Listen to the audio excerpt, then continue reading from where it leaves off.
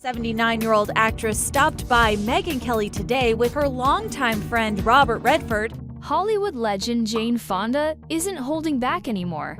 The outspoken two-time Oscar winner just dropped some major bombshells about her famous co-stars from over 6 decades in Hollywood. You won't believe who made her most difficult list. From steamy on-screen romances that were ice-cold behind the scenes to shocking behavior that left her fuming, Fonda finally spills all the tea on the men who drove her crazy. We have experienced many decades now. We know what that feels like. We know what that's done for our lives. We're not going back. I don't care what the laws are. We're not going back. It is the truth. We're not going to do it. Besides marching and protesting, what else do you suggest? Well, it doesn't happen overnight. It's not a miraculous, what did you say? Murder. Recently, you were just reunited with Robert Redford, also on Netflix. In you have to be careful how you say it. Our souls, souls at night. Starting the list with number 6, Robert Redford. Jane Fonda's relationship with Robert Redford spans over 5 decades and 4 films, creating one of Hollywood's most memorable on-screen partnerships, despite significant behind-the-scenes tension. Their story begins in 1966 with The Chase, followed by the romantic comedy Barefoot in the Park, the Western drama The Electric Horseman, and finally, Our Souls at Night in 2017 when both were in their 80s. While audiences swooned over their undeniable chemistry, Fonda recently revealed at the Cannes Film Festival that working with Redford wasn't nearly as romantic as it appeared on screen. I think it was probably after the way we were. Right, Hubble. Did he miss Katie? Was he sorry that it broke off? He was always in a bad mood, Fonda candidly shared, describing Redford's consistent moodiness on set as a challenging aspect of their collaboration. What's particularly interesting is how Fonda internalized his behavior for years, believing she was somehow responsible for his sullen demeanor.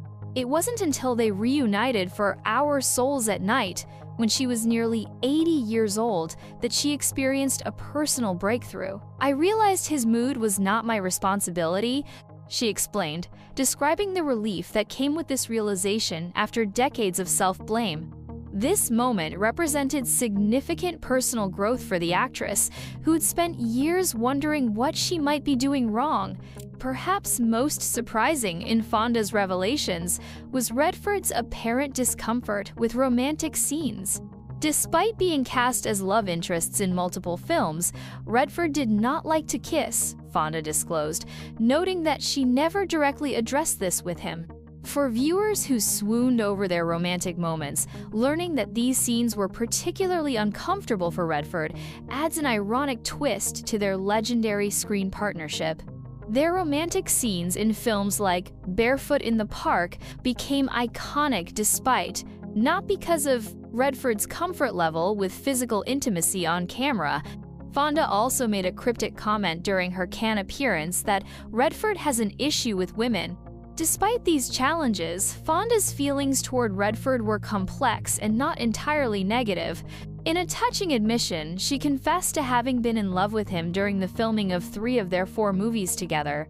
"I was always in love with him," she said, revealing the personal feelings that existed alongside professional frustrations. She also described him as a very good person despite their difficulties, showing how nuanced their decades-long relationship truly was. This dichotomy, professional tension alongside personal affection, makes their partnership all the more fascinating to examine.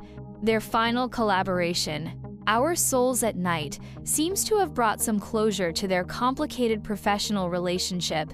The Netflix film about 2 lonely neighbors finding connection later in life provided a fitting bookend to a partnership that began when both were in their 30s.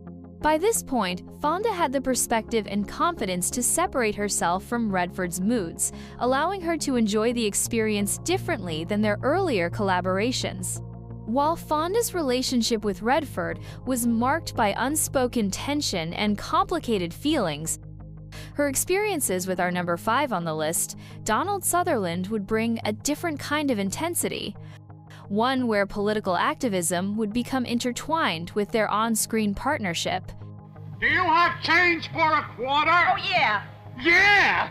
You always address an officer as sir. Now I'm going to give you one more chance, and I want to hear that sir loud and clear. Jane Fonda's relationship with Donald Sutherland represents a passionate intersection of professional collaboration, personal romance, and shared political activism during one of America's most turbulent periods. Their connection began on the set of the psychological thriller Klute, 1971, a film that would earn Fonda her first Oscar for Best Actress while establishing Sutherland as a leading man. Unlike the tension-filled sets with Redford, Fonda, and Sutherland's initial working relationship quickly blossomed into something more intimate. They became lovers during filming, their off-screen romance adding an extra layer of chemistry to their performances that audiences could feel radiating from the screen. Jane Fonda expressed her heartbreak over the death of her ex-partner and Klute co-star, Donald Sutherland, who passed away at 88. Shared a touching tribute on Instagram, recalling their work together on the 1971 film Klute and their anti-Vietnam War tour, the FTA show, in 1971. She described Sutherland as a brilliant actor and a complex man. Fonda and Sutherland, who dated during the filming of Klute, enjoyed a passionate relationship that ended painfully in Tokyo. Despite their breakup, Fonda spoke fondly of Sutherland in her memoir, My Life So Far. Klute marked a turning point in both actors' careers. For Fonda, it represented her emergence as a serious dramatic actress after years of being typecast in lightweight comedies. For Sutherland, it helped cement his status in Hollywood following his breakthrough in Mass H the previous year. Their scenes together crackle with tension and attraction, particularly noteworthy given Fonda's portrayal of a call girl and Sutherland as the detective investigating a case connected to her. Their real-life attraction translated into compelling on-screen moments that made Klute not just a critical success, but a culturally significant film of the 1970s. What truly distinguished Fonda and Sutherland's relationship from her other Hollywood partnerships was their shared political passion. Both were vocal opponents of the Vietnam War at a time when such positions could seriously damage Hollywood careers. Together, they created and toured with the FTA show officially standing for Free the Army, though often referred to by soldiers using a more profane interpretation. This countercultural roadshow visited military bases as an anti-war alternative to Bob Hope's patriotic USO tours, featuring skits, songs, and speeches criticizing American involvement in Vietnam.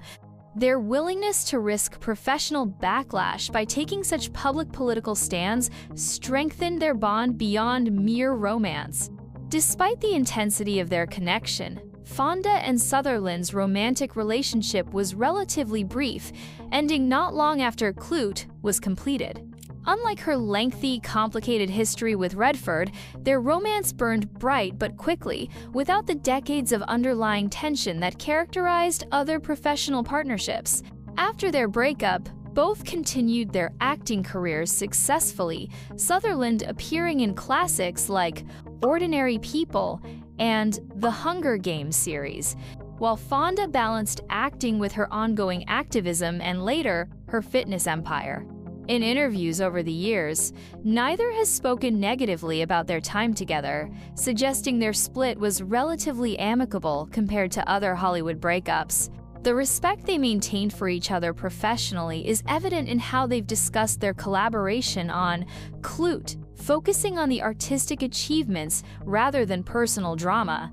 This mature approach to their former relationship speaks to a mutual understanding that their brief time together produced something of lasting value, both in film history and in their personal development.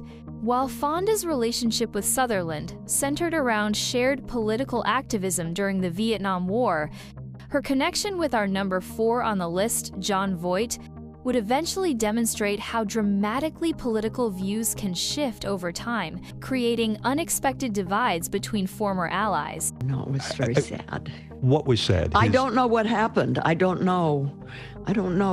Jane Fonda and Jon Voight created one of cinema's most emotionally resonant partnerships in the 1978 Vietnam War drama, Coming Home, a film that earned both actors Academy Awards and has since become a defining statement on the war's impact on American society. Their collaboration came at a crucial moment in Fonda's career, following years of controversy surrounding her anti-war activism, particularly her 1972 visit to North Vietnam, that earned her the nickname Hanoi Jane from critics. Coming Home represented an opportunity for Fonda to explore the Vietnam War through art rather than direct activism, examining its effect on those who fought and those who waited at home. No.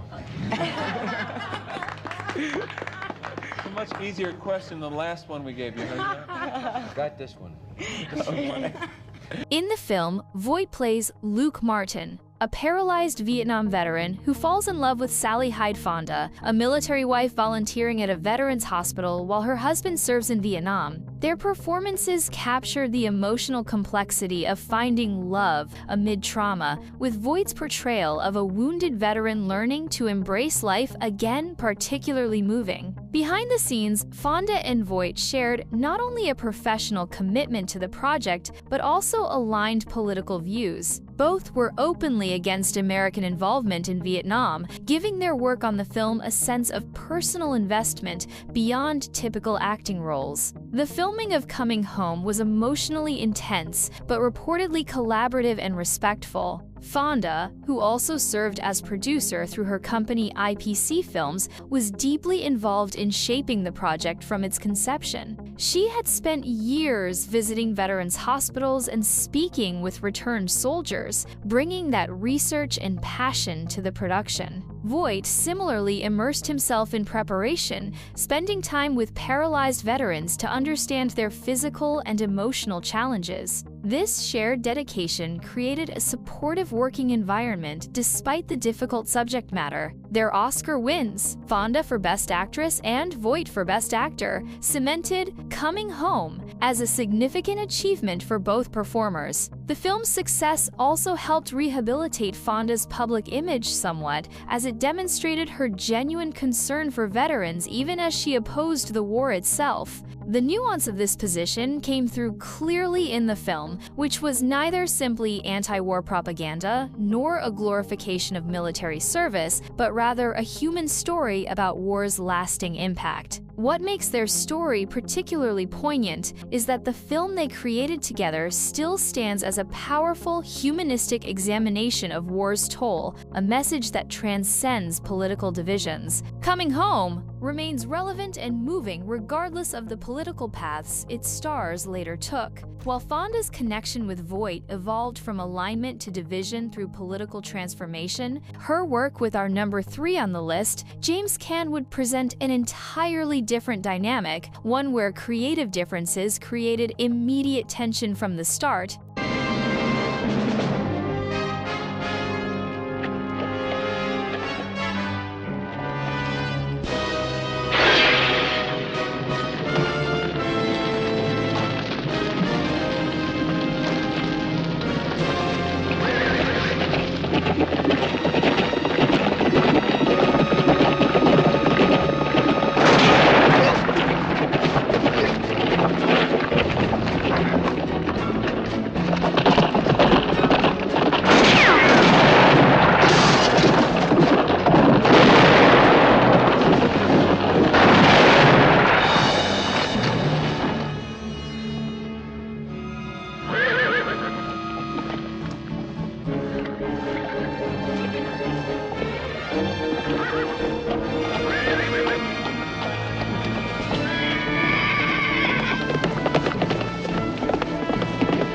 Jane Fonda's collaboration with James Caan on the 1981 financial thriller Rollover represents one of her most challenging professional relationships, marked by clashing creative approaches and personality differences that affected the entire production. The film, which explored international financial conspiracy and the fragility of global markets, paired Fonda as Lee Winters, a former actress who inherits her husband's business empire after his mysterious death, with Khan as Hubble Smith, a banker who helps her uncover corruption in the financial world. Despite its timely subject matter and star power, the production was reportedly difficult from the beginning, with tension between the leads creating an uncomfortable atmosphere on set. Saps, because they risk their lives for strangers.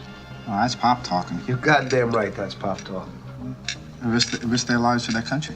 Your country ain't your blood. Fonda approached Rollover, not just as its star, but as a producer through her company IPC Films, giving her significant creative control and investment in the project. She was known for her meticulous preparation, intellectual approach to roles, and interest in the political dimensions of her films. Rollover was no exception. She saw it as an opportunity to explore issues of corporate power and financial corruption that she found politically important. Khan, by contrast, had a more instinctual, emotionally driven acting style and was less interested in the political messaging that Fonda prioritized.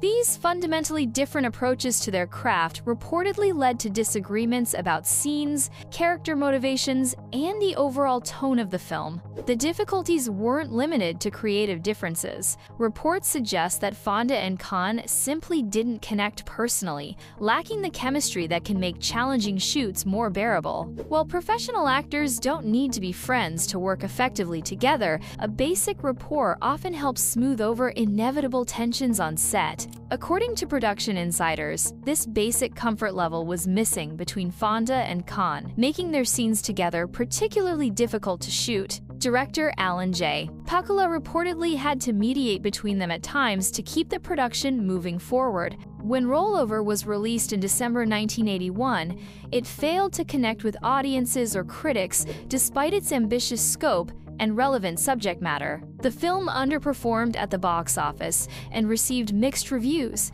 with some critics noting that, despite the important themes, the chemistry between the leads felt forced. Whether the on-set tensions directly contributed to these issues is difficult to determine, but the troubled production certainly didn't help the final product reach its potential. Unlike her politically charged relationship with Voight or her complex long-term collaboration with Redford, Fonda's issues with Khan seemed more straightforward, a case of mismatched working styles and personalities that created a difficult set but didn't evolve into anything deeper or longer lasting. Their brief, tense collaboration highlights how even talented professionals sometimes simply fail to find common ground. While Fonda's experience with Khan centered around creative differences, her work with number 2 on the list, Michael Douglas, would involve a different dynamic.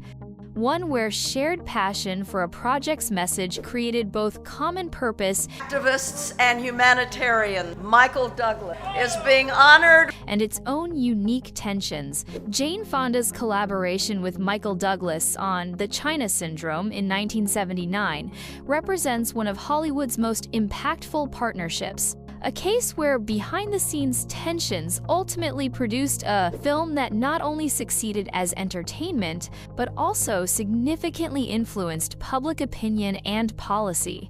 Their relationship was unique among Fonda's professional partnerships because Douglas served dual roles as both her co-star and the film's producer, creating a power dynamic more complex than typical actor relationships. This film about safety cover-ups at a nuclear power plant became eerily prophetic when the 3 Mile Island nuclear accident occurred just 12 days after the film's release, forever linking the movie to real-world events in a way few Hollywood productions ever experience. Stuff here.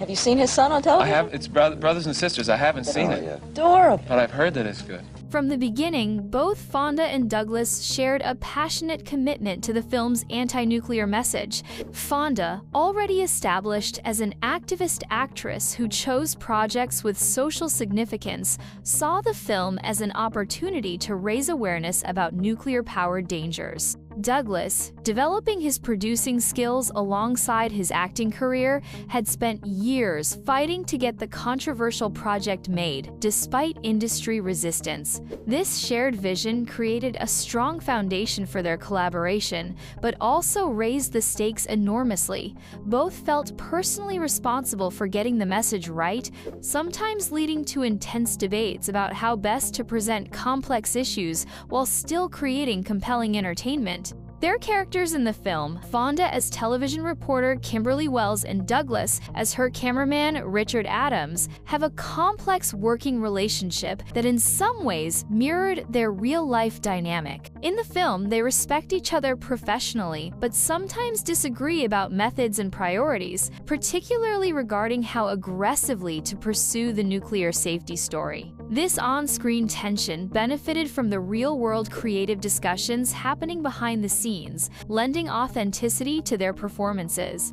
The impact of the China Syndrome exceeded anyone's expectations when the 3 Mile Island incident occurred shortly after its release. Suddenly, their film wasn't just entertainment but seemed almost prophetic, driving national conversations about nuclear safety. This unexpected turn of events vindicated both actors' commitment to the project and likely helped smooth over any lingering tensions from production. Whatever creative differences they experienced became secondary to the film's real-world influence, something both could take pride in regardless of who won which creative battle during filming.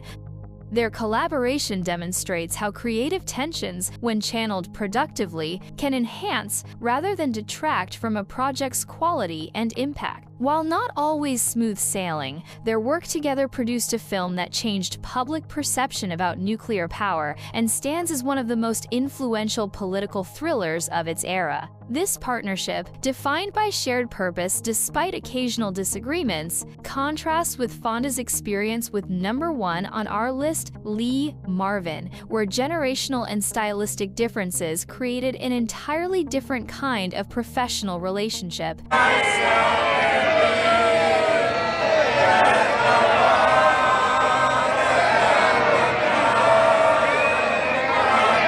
Jane Fonda's early career collaboration with Lee Marvin on Cat Ballou, 1965, represents a fascinating clash of Hollywood generations and acting philosophies that somehow produced a beloved classic despite their differences. As a young actress still finding her footing in the industry, 27-year-old Fonda was cast opposite Marvin, already an established tough guy actor in his 40s with a distinctly old-school approach to both acting and life. Their pairing in this Western comedy drama created an unexpected chemistry on screen, with Fonda's fresh-faced earnestness as the title character playing beautifully against Marvin's dual role as both a washed-up gunslinger and his evil, noseless twin brother, a performance that would win him an Academy Award. That's what celebrities are.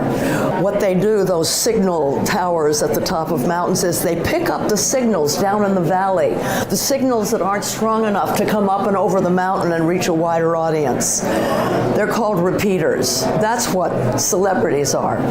We are repeaters that pick up the signals of people whose voices aren't heard to allow them to come and reach a wider audience. For those too young to know, Harry was at one time one of the most famous men in the world, and he was gorgeous and loved him. But he knew that he could make a real difference with the civil rights movement, and he committed himself to that. And it could have really hurt his career. He didn't care. If the civil rights movement needed money, Harry went about getting it for them. He really put himself on the line, and I loved him for that. Behind the scenes, their differences were apparent from the start. Marvin embodied the hard-living culture of old Hollywood, known for his heavy drinking both on and off set, a habit carried over from his traumatic experiences as a Marine in World War II. Stories from the Cat Ballou set include Marvin sometimes arriving for filming after drinking sessions that would have incapacitated most people, yet somehow pulling off remarkable performances. Fonda, meanwhile, was raised in Hollywood royalty as Henry Fonda's daughter, but represented a new generation of actors interested in method techniques and eventually social causes. These contrasting approaches to both acting and professionalism created an underlying tension throughout production. Despite these differences, both performers showed remarkable professionalism where it counted most in front of the camera. Marvin, even when reportedly hungover or still partially intoxicated, delivered the comedic timing and physical humor needed for his groundbreaking dual role. Fonda, still relatively inexperienced but determined to prove herself beyond her famous last name, held her own alongside the veteran actor. Director Elliot Silverstein somehow managed to harness their different energies to create a film that successfully balanced comedy, drama, and social commentary. No small feat given the behind-the-scenes challenges. Years later, Fonda would look back on this period of her career as an important learning experience. Working with established stars like Marvin, despite their different approaches and occasional difficulties, helped her develop confidence and technique that would serve her well in later projects. Unlike her later, more personal conflicts with actors like Redford or political differences with Voight, her tensions with Marvin seemed more generational, a clash between Hollywood's hard-living past and its changing future. Through all these varied relationships, from the old-school masculinity of Marvin to the moody complexity of Redford, the political alignment and romance with Sutherland, the eventual ideological divide with Voight, the creative clashes with Caan, and the shared purpose but occasional tension with Douglas, Fonda navigated the complicated world of Hollywood collaborations while creating some of cinema's most memorable performances. Each relationship, despite its challenges, contributed something unique to her remarkable career and to film history itself.